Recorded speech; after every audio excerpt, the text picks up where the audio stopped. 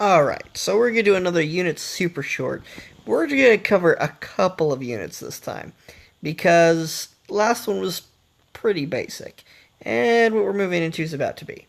Hopefully, with our next video, we'll be able to open this purple crate too. I'm excited to see what I get with that.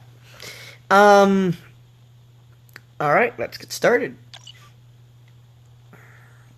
So we went over rocket squads last. Let's stick with the infantry. We go over flame troopers, the upcoming shock troopers, which are not even in GDI yet, snipers, chemical warriors, and the scarabs. We're going to go over a bunch right today because they're very similar. Okay, and some of these I don't have yet. So honestly, I'm not going to go too much over scarabs. Scarabs can fight air, even though they're not supposed to be good at it. Scarabs can fight vehicles, and they can fight infantry, but they play defensively. They've got to stay. You get them to a point, and you make the enemy come to you. If you move to the enemy, you move so slow, you're dead before you can kill them, usually. That being said, the scarabs can actually kill a harvester, one scarab to one harvester, and holding them off, the scarabs can actually take on almost any two units other than a heavy tank or something with a lot of HP.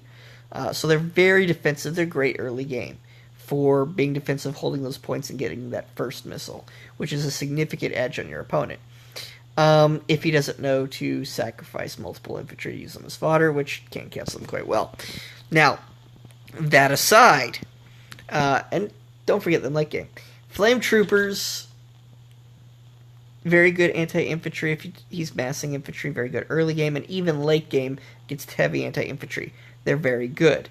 Same with the shock troopers, or whatever they're going to be called, that are not out yet for GDI, which are essentially the same as the flamethrower.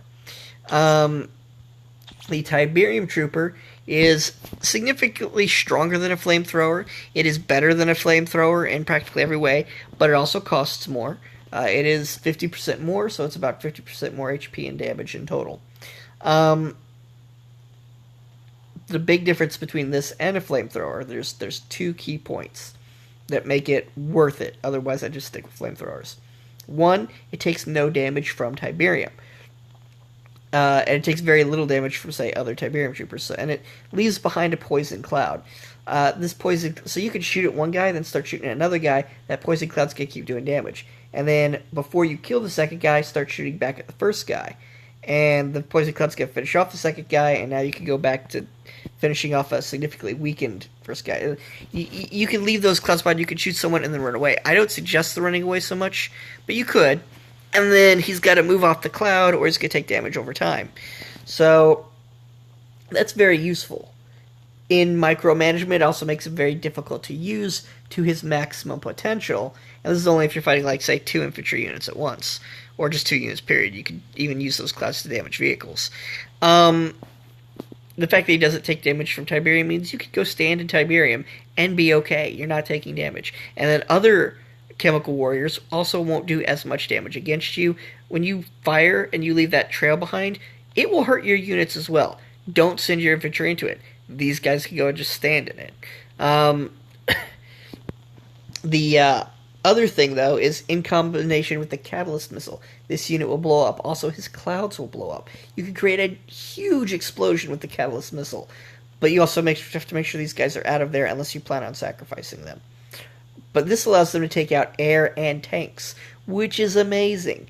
A flame trooper that essentially for 90 points more with its power can take out anything and everything in an area. And then you just come in with some, attack bike or buggy behind it to take the point and fire the missile.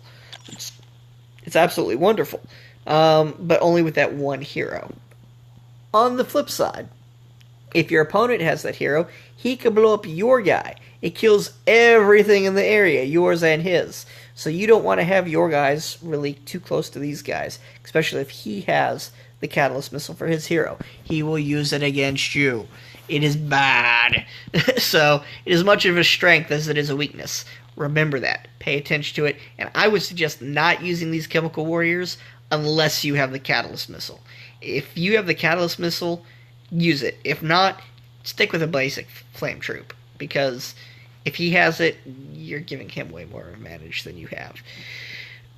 Anyway, That's that infantry and nod. Now on the GDI side, we also have the snipers. The snipers actually can shoot from a distance, and they're anti-infantry. Think of them as riflemen, but with range, which is amazing. When fighting scarabs, that is so good. Even flame troopers, if you can stay away from them, these guys are almost overpowered when it comes to infantry.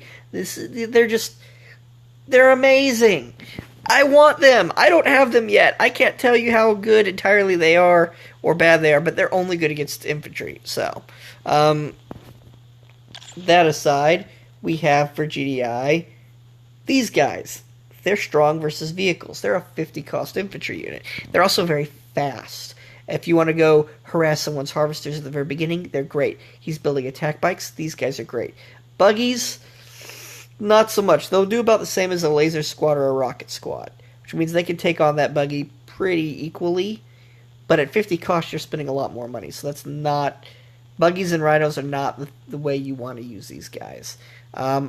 But even like worms or tanks, these guys are wonderful. I would rather build one of these guys than a predator tank when fighting an enemy tank. Again, though, if he's got a bunch of buggies or rhinos, okay, never mind, give him a predator tank. But they're very useful, and they reveal invisible units. If he has stealth units, this guy's going to detect them, so you know where they are. You can actually attack them without them needing to de-stealth. A very useful infantry unit, almost in place of a tank in many ways. And great early game for harassment. You don't want to rely too much on them, though, because if you try to harass with, say, one or two of these, and he just builds two riflemen, or two riflemen and a rhino, or one rifleman and a rhino, he's going to tear them up. And that is 100 points. So this is like just saying, here, kill my harvester. Even if you manage to kill his harvester, he's going to get back for free, and you've only gotten the money that it costs to build two of them. So you've completely negated your whole rush. One of them can kill it, is amazing. Two, you just cut even. It's not worth it at that point.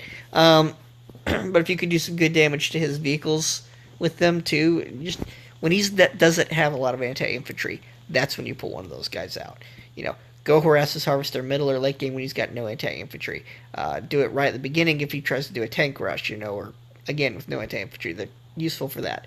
Don't think about spamming these as a huge part of your army, though. That's pretty much it. Wow, we just covered all those units. Kind of want to do more. Maybe we'll do another video next. See ya.